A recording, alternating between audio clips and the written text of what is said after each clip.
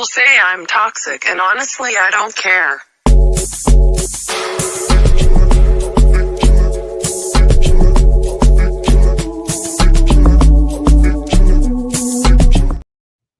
Good morning, good afternoon, good evening to wherever you are in the world. I'm Abs of October Red, and I'm happy to be joined by Mr. Piercing Blue Eyes that are burning through my glasses at the moment. Light heavyweight sensation, Irish born, but lives in Australia and fights out of Australia, Mr.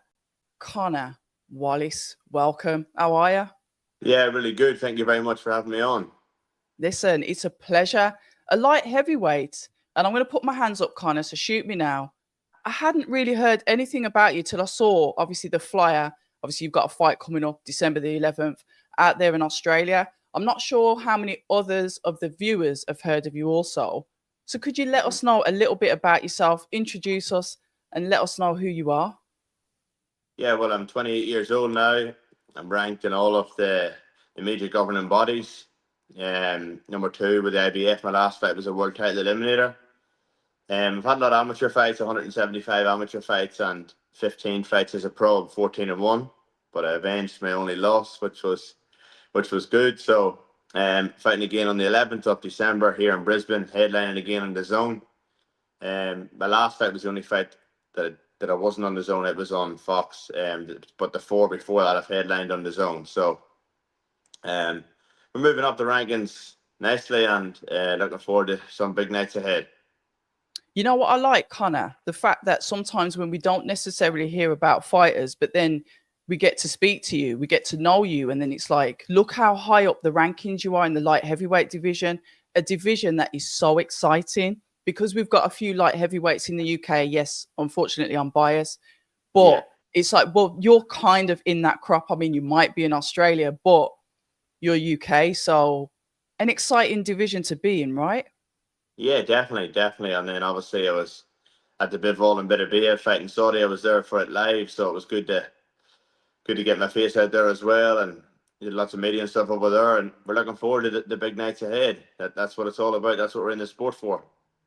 175 amateur fights, Conor.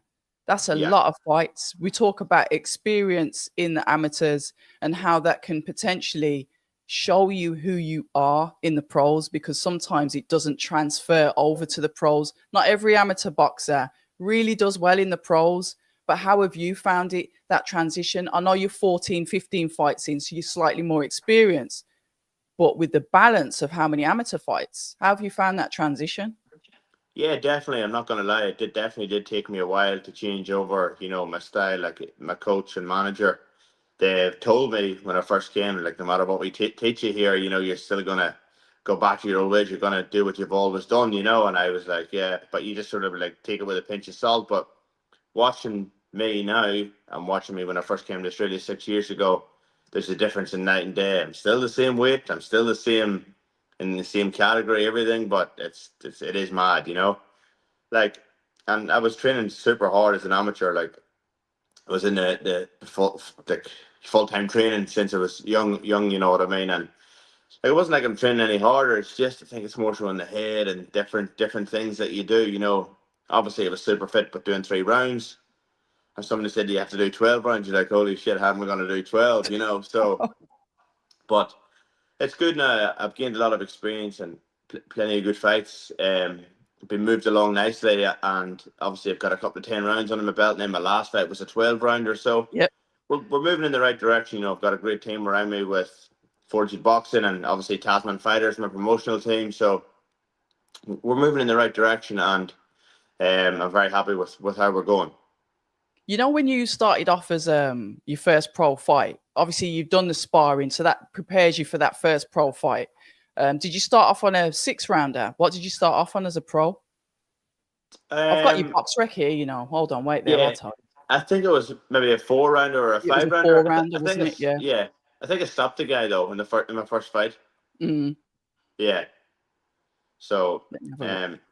got off to a good start. It's been a Yeah, while you now. did. It's like 6 years ago. So, but as I say, having the big amateur background and stuff, I wanted to get moved on pretty fast as well, because like when you're fighting them sort of like journeymen as such, I didn't really like it because if you didn't stop them, you're useless. If you went the distance with them, it's no good. Or it was a lose-lose situation as such. So I feel like the better the opponent, the better I box. It brings out the best of me. So that's why I sort of like, if you look, I didn't fight too many people with a losing record or anything. We moved a lot. I think in my third fight, I fought a guy who was 4-0 and then pushed on from then as such. That is a fantastic point that you've told me there. And I've done a few conversations with fighters. It's what you mentioned there about fighting journeymen. It's a lose-lose because they're tough, they're rugged, and it's like you want to get them out of there. If it goes to points, you can obviously be frowned upon because it's like, why are you not getting them out there?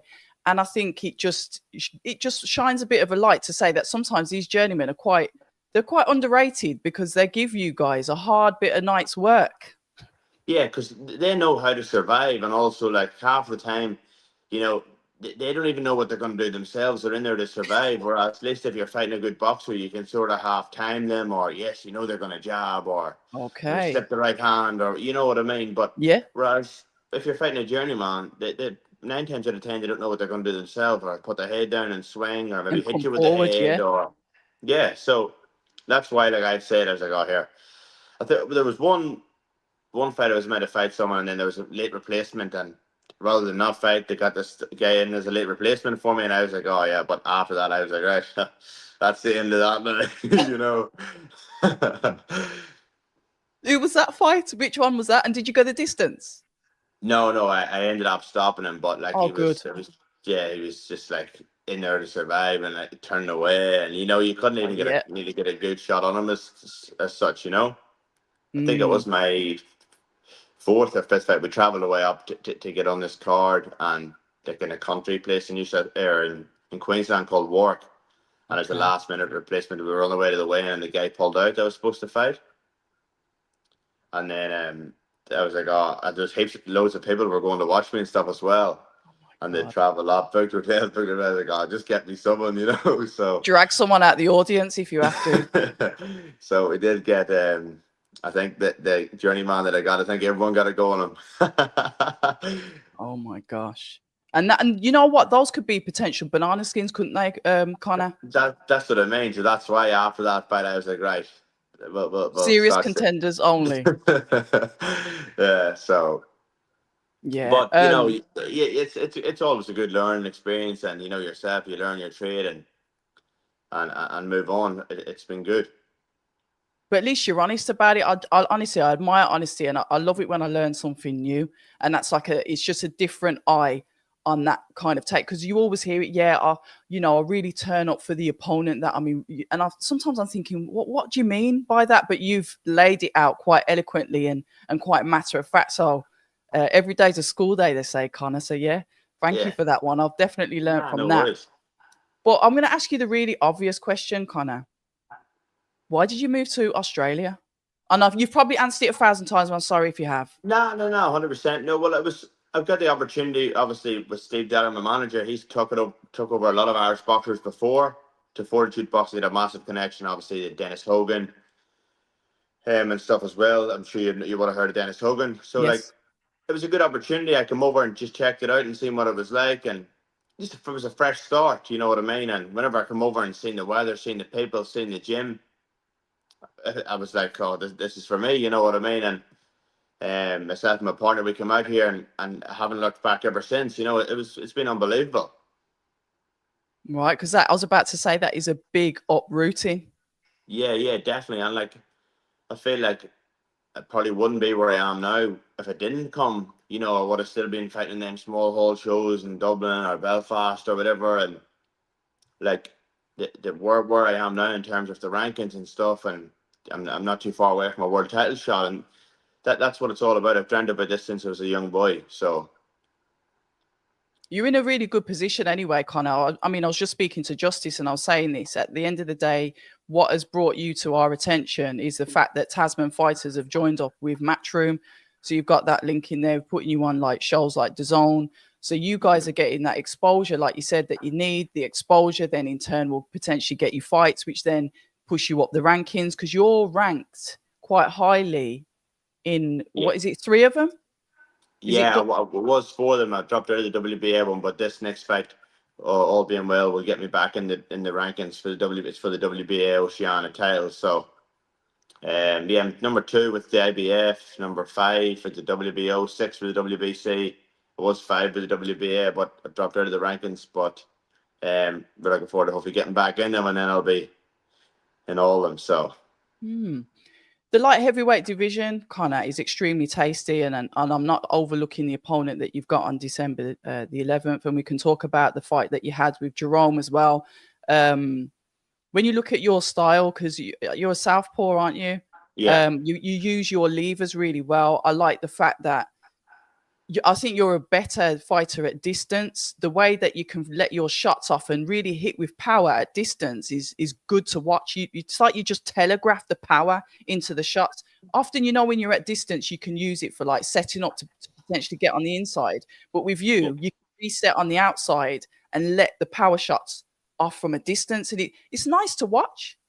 Yeah, definitely. Like, obviously, a box well nice and long. Sometimes, I give my coaches a bit of a hard time when I'm getting stuck in. I love getting stuck in a bit of a war as well. That's what it's all about. The fans love it, but sometimes you just got to use the head. Like the likes of the last fight against Jerome, we know he's a puncher and he's a high knockout ratio and stuff. So, but as I say, like the better the boxer, the better I'll perform. I've said that at the start of the things, at the start of the interview. So, like depending on like even against Jack Gibbons and Patrick's Day, it was a great fight to watch for the fans because it was a little bit of everything, a little bit of boxing, took some shots, give some shots, but that's what it's all about, I think, and that's why a lot of people tune in and go to my fights. I'm sure if you've probably seen the fights you see the crowd that's at the fight. I've built a good fan base and stuff here, and people want entertainment, so I think I give them that. And you say it with a smile on your face, like you enjoy making sure that the public, the crowd, the paying fans, the ticket sellers, the subscribers, that we're entertained in fights. Sometimes, and quite rightly so, you're boxing for yourself. You're a prize fighter. You want to get paid. You want to be a world champion. But what I'm seeing there is like an enjoyment when you talk about the fans being happy. You're that type Yeah. of guy. Yeah, 100%. I love it. I love the walkout. I love you always watch me. I'll have I'll have a nice kit on. I like to look good, Yeah, feel I've seen good. that. You're flashy. Good walkout song, and that's what it's all about. You know what I mean? We're not here for a long time, so you may as well make the most of it while you're here. Absolutely spot on. That fight that you had with Jerome, I watched that yesterday. Somebody that's known as a puncher, somebody that wants to get close inside, so we can throw those overhands and those combinations, those flurry of shots. How do you manage? And obviously, this is me just picking at your IQ with your boxing. When you've got somebody like that wants to put that pressure on you on the inside, how do you manage to like reset and be able to go long and avoid that, that inside fight that sometimes your coaches don't want to see you do? Those milliseconds of being able to move and reset with that pressure coming at you, because you can see he wants to come at you by his stance, the way he moves, but you're still able to reset and box long. Yeah, well, like I think that comes down to obviously my amateur pedigree as well, footwork. You know what I mean? That's where a lot of people come a little bit unstuck, I believe. They haven't got that sort of footwork, and I've been doing it my whole life. And even now with my professional coach Greg Eady, I feel like he's one of the best coaches in the game, and there's a game plan that we had in place, and we just drilled it and drilled it and drilled it for weeks. We knew we had that fight coming up, but watched Jerome, studied him, and if any of his opponents, Jerome looks unbelievable when you stand there and let him punch you. You know what I mean? But we weren't going to be there to be hit. And I think as the rounds went on, obviously the power starts to drop a little bit, and he sort of to punch himself out of it. But definitely footwork is key. The feet's the biggest thing, I believe, and for any young people watching or any young people, I would spend a lot of time on the footwork, because just look at the likes of Dmitry Bivol and stuff, as well. Look at his footwork. And I've been very lucky where I've been all over the world as an amateur, training with the Russians, the Ukrainians, even the GB team, the Irish team, all over, you know, and like you're always just picking up little things, and you just got to spend time on mastering your craft. Mastering your craft. And we've got some fighters that I want to ask you about. And like I said, I'm not overlooking your opponent at all, but you're in the light heavyweight mix. We've got the likes of Joshua Buatsi, we've got Craig Richards, we've got Willie Hutchinson, we've got Anthony Yard, we've got Lyndon Arthur, we've got Liam Cameron, Ben Whittaker. The list goes on. When you look at some of those fighters, and have you shared any experience of those? Because some of those have got that obviously GB pedigree and are Olympians as well. Yeah. I haven't actually sparred any of them boys that you named. Whenever I was in the team, I sparred with like Anthony Fowler and stuff. Because I Anthony was Fowler, yeah. I was middleweight for a while. Like I did some sparring with Anthony Fowler before he went to Rio. But yeah, I think he was the only sort of GB one that I would have done some rounds with. Obviously, I boxed in the Haringey Box Cup a few times, but again, I never boxed any of the names that you named. So, and then I think I just missed Ben Whittaker. He was I was turned pro, and he was still sort of in the elite amateur scene. Yeah, on the GB, he was went to the Olympics and stuff whenever I had turned pro. So, no, I didn't. But we're not a million miles away from them fights, and no, you're not. I'm really looking forward to it. Like I believe on my day I'll give anyone trouble. So, it's the main thing for me. Obviously, as you say, I'm not overlooking this opponent on the 11th of December. But these are the fights. This is what gets me up out of bed in the morning. These are the fights that I want. I love fighting, or I wouldn't be in this sport. May I ask your opinion on the Dmitry Bivol Artur Beterbiev fight? I'm sure you would have watched that with a keen eye out there in Saudi. But what was your opinion of the fight, and how would you have scored it? Yeah, it was very hard to score. I believe, like it was a very close fight. You know what I mean? That's why when people say it was a robbery, it definitely was not a robbery. Whenever it's a close fight, it's definitely not a robbery. So it was interesting. Like I definitely did think Bivol won the early rounds, and then Beterbiev did come home a bit stronger.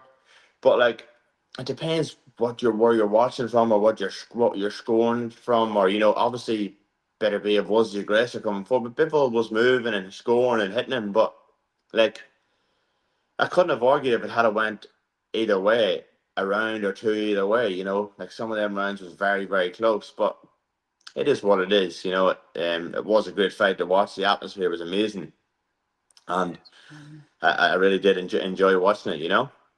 When you look at the light heavyweight, and they are the elites of the elites, I do see, and fair enough, you can tell me to do one. You can jump off the live, but I see there's a gap in the light heavyweights between. 100%. Okay. What do you see them doing next? Because now there's potentially like the rematch is possibly delayed. And if you're on X or social media, on Instagram, we've actually got Dmitry Bivol, and it spins my head arguing or debating with Jake Paul. And I've just never thought I'd see Beterbiev get into that kind of. It's madness. Like, I but obviously, don't know. They would be chasing Jake Paul obviously for the money, because they know it's mad money and stuff. But whether it happens or not, it's another thing. But the biggest thing I can say is like, we just got to keep doing what we're doing, and the big fights will come. But Father Time gets everyone at the end of the day. You know what I mean? They're not getting any younger, and like I'm only 28 now. I still need another couple of fights. I know that myself. I'm not a dreamer. I'm not one of these people that say I'm going to beat Beterbiev in my next fight. You know what I mean? Obviously, if it was offered the fight, you would take it in the morning because it's a world title shot. But I'm a realist. You know what I mean? And I know with another couple of fights, I'll not be a million miles away. Do you think they'll start to? I mean, if the rematch, obviously, because the belts have been held up, is what I'm saying, and there's people like yourself. Joshua Buatsi there. I thought I was going to maybe be getting if he didn't fight the German guy, who's number one, that Michael Effort, I could have maybe fought him for the vacant title. So I'm really interested to see what happens with this rematch, or can they get it on, or what's going to happen, So, but as I said, the main thing is for me, myself, to keep winning. And I think if I keep doing that, the big fights will follow, or that world title shot will follow, Talk to us about your fight that you've got coming up on December the 11th in Australia, the preparation that you've done for that fight, and what we can expect to see from you on fight night. Yeah, well, I had a nice little break after the Jerome fight, and stuff. It was well needed. Had a bit of time off, which was good, and then got back in camp, done a little bit of weights and running and stuff to get my body going again, and stepped it up really since I got back from Saudi Arabia. So I'm looking forward to this fight. You know, I think the break has done me the world of good, and it was a long. So this will be my fourth fight within 12 months as well. So Good. it's good. Like I fight better when I'm active, and I don't train just to train. I train to fight. So obviously I'm a professional athlete in the gym nearly all year round, which is normal. But I'm looking forward. Like this guy is a bit of a. I've been watching him. He's more of a boxer as opposed to the other guys. The last three guys I've fought have been like more sort of aggressive pressure fighters as such, big punchers. So I'm looking forward to showcasing my skills and showing what I can do against a boxer. He's undefeated, which would be good. So yeah, I'm looking forward to it. You know, I love that venue. That's one of the best venues around, that Fortitude Music Hall. It's unbelievable. I've sort of made it a bit of a home for myself, and it'll be packed to the rafters, and I'm looking forward to headlining again. Yeah, packed to the rafters. I've got to shout out to the chat. Apologies, guys. I've been so engrossed in this conversation, I've ignored the chat. So sorry. We are live. So Liam has said, good evening. Liam Roskell. Good evening, Abs and Connor. Toby Ringirl Bartlett's back again. So he says he loves his ring girls. I've got to say this on every live. He always gives me commentary on how lovely the ring girls are. I don't care, but he does. So yeah, good morning from the UK and good evening over there in Oz. Blood Beats, big up Connor. Congrats on the co-promotion signing with Matchroom as well. Absolutely. I think that's going to bring your career on leaps and bounds and put you into some real good fights, Connor. I can't wait to see what fights you get into in 2025. Love that Connor has adopted Australia and vice versa. However, will Matchroom look to take Connor back home? Ooh. Would you come back home? Yeah, 100%. Oh, you would? I'm obviously I'm open to the big fights. I'll go where the big fights are. Yeah. Right. Blood Beats has popped in there. So he's trying to get you to come back to a UK fight already. Crocker, Lewis Crocker, Paddy Donovan card. Wouldn't that nice to have the Irish headline in there? Yeah, I've been on the team with them boys. I know them boys really well. I've been on the team with them as an amateur. So do you know Andy Lee as well? Yeah, I know Andy Lee was one of my favorite boxers. So yeah, good luck here. Right, Connor fought Letty twice. That's balls. Letty is a skillful, tough guy, and that comes in from Carl. I don't know which one was that. Was that the tough one that you had? That was the guy that my first fight back after my hand surgery. And then I rematched him. I lost on a split decision over 10 rounds, and then I rematched him and knocked him out in the rematch. It was fight of the year contender as well. So he's so tough, Letty. But it was good just to right that wrong and put it to bed. So. And that's how you right a wrong. You literally put it to bed, don't you? You've got to get that knockout, haven't you, Connor? Yeah. And I actually broke my hand in that fight as well. Broke my other hand in that fight. So, but I'm healthy. My two hands is good, and I'm looking forward to it. You'll be like Jay Opataya turning up with like the machine, won't you? Like a Robo. What was it called? Terminator. Yeah. Right. Toby's saying journeymen know how to survive because then they can fight again soon. But if they get knocked out, they're out for a while. Like you said, they've got to come back next week, ain't they? Mm-hmm. Liam Roskell, Connor is a proud Queenslander now. See, they're not letting you leave. You're part of Australia. You cannot leave. Right, let's have a look. Yeah, if you see, there's put in a good question. How hard is it to keep a poker face if you hurt during a fight? That's a good one. Another good question from Iffy. Yeah, that's a good one. Well, I think there's many different things you can do, obviously. The main thing is not to show it. Obviously, you're going to try and tie them up, or if you're me, you'll probably laugh and stick your tongue out and have a laugh. But that's I've only really ever been sort of, even the last fight and stuff, I wasn't really hurt as such, you know. Yeah.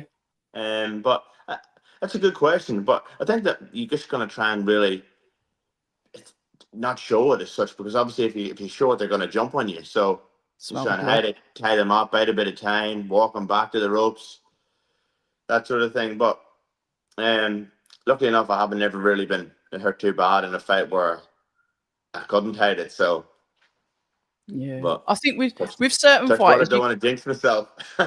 nah, we're not doing that. It's all Nah. positive. You're going to be all good. But one of the things that you've got, I like with fighters, like I like to look at like the psychological side of it, and I will say that those eyes are sort of they give off not serial killer, but like in the ring, like I bet you're an absolute. I haven't watched all of your fights, so when you describe your style, Conor, and I get it, you are long, you are rangy. But if you was to give yourself a description of your style, what would the Conor Wallace style be? Entertaining, I believe. I just, because I know, like, I can box, like Yeah. can box long and stuff, and that's why my coaches, you'll see if any of the fights that be going mad at me, because they don't, whenever I box, and make it easy for myself, but sometimes I make it a little bit harder because I like getting a little bit of a punch on, and scares my mum and my dad a little bit whenever they're watching. But it's all right, I back myself. I know the work I put in. I back my chin. So um, you got to give the fans a bit of entertainment, or else they'll not come back and watch you, isn't it? I like that. Like I said, your attitude is for the fan. I'm going to ask then two last questions I asked before you go. I asked Justice the same thing.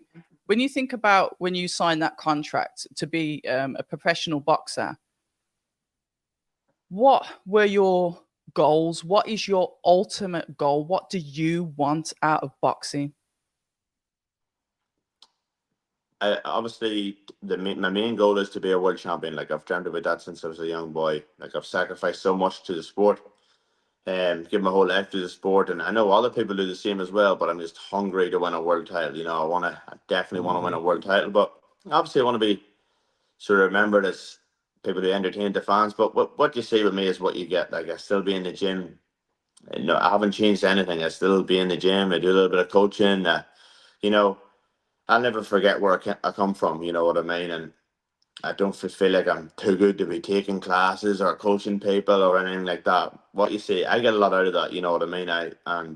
I'll never change. People would see me in the gym, back in the gym, whatever. It's a great community here and stuff in Fortune Boxing where I'm at. Back in the gym, oh, you're back in the gym. You just fought, down this. Doesn't matter to me. It's just another day. You know what I mean? And that's what it's all about. I think a lot, and I think that's a lot of people that you would see know that by me. You know what I mean? What you see of me is what you get. There's no fake, and you probably know from the interview that I just done with you, the honesty and stuff. Even talking about the journeyman, or talking about this, talking about that.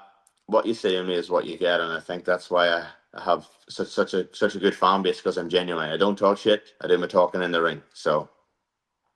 I like And that. I don't feel like I need to talk shit to sell tickets, you know what I mean? Or be someone that I'm not. What you see with me is what you get. So Yeah, I can sense that energy anyway. But I guess this final question then sort of goes in with your goals and what you want to achieve.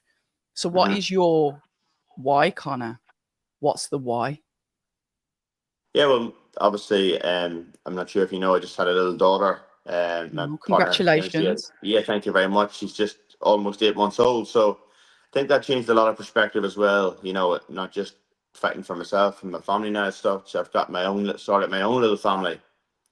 So I just want to give my daughter the best life she possibly can. And I think with winning the big fights and stuff, that will give her the best life possible. So it's when I go to, I have her name and everything on my shorts now, and when I go to the ring, she was even at my last fight. I had her in the ring after as well. So I think that's a massive plus as well. And on the days you don't feel like getting up out of bed or going to the gym or whatever, you just think about my daughter and stuff, and think about the big nights that lie ahead. And if I don't put the work in, I'm not going to get there. So. And that is all the motivation you need. Connor, is there anything that you want to say before you go? And I'd just like to say a massive thank you to the chat for all of those that have listened. Please support Conor Wallace. He's fighting on December the 11th over in Australia. And what are your socials, Connor? And then anything else that you want to say before you go? Yeah, obviously looking forward to the fight on the 11th. Make sure you tune in. It's live on the Zone, and anyone in Australia that want to get a ticket and come along, you can still get tickets via Ticketmaster, Tasman Fighters. if you jump on my Instagram at CPW96 is my handle, you'll be able to get on. You'll be able to see all the live training updates, and I'll be pretty vocal on the socials and stuff. I'm pushing the fight and the build up and stuff. So if you want to tune into that, obviously with Tasman Fighters and Fortitude Boxing as well, we can drop a message to any of them, and that will sort you out with some tickets and stuff or whatever. But the build up, they run an unbelievable show, Tasman Fighters. So the build up to the show and everything will be unreal. Obviously, we got the weigh-in and stuff as well. It's normally pretty good and gets pretty amped. So really looking forward to it. So make sure you tune in, and you'll be in for a show. It's an unbelievable card. It's like obviously myself fighting and Justice as well. He's fighting too, Justice Hooney. But the undercard is unbelievable. So some pretty really well matched fights and even fights. You never know who's going to win. So that's always a good thing to tune in and see. So. Yeah, we love it. Listen, thank you so much for your time. Like I said, after the fight, just send me a message or get Mick to get in contact with me and just jump on and we can have a post-fight chat and keep in contact moving forward. It's been an absolute pleasure. Thank you so much for coming on the channel. Thanks to the chat. You guys have all been amazing. And of course, get that W on December the 11th. And I'll speak to you soon, Conor. Yeah, sure. Just before it goes well, I just want to quickly thank obviously Tasman Fighters and Mick and Fran for giving me the chance to headline again live in the zone. It's going to be an unbelievable show. And obviously my manager, Stephen Deller, my coach, Greg Eady, and my strength and conditioning coach, Phil. Without all them, it's just, I know boxing's an individual sport, but without the team around me, I wouldn't be in this position. So thank you very much. Spot on. What a gent. And on that note, ladies and gentlemen, I'm going to leave you to it. I'm back at 1:30 with the CEO of Matchroom Boxing, Frank Smith. So I'll see you guys at 1:30. Conor, once again, it's been a pleasure and au revoir. Let me Thank you end very much. this stream. People say I'm toxic, and honestly, I don't care.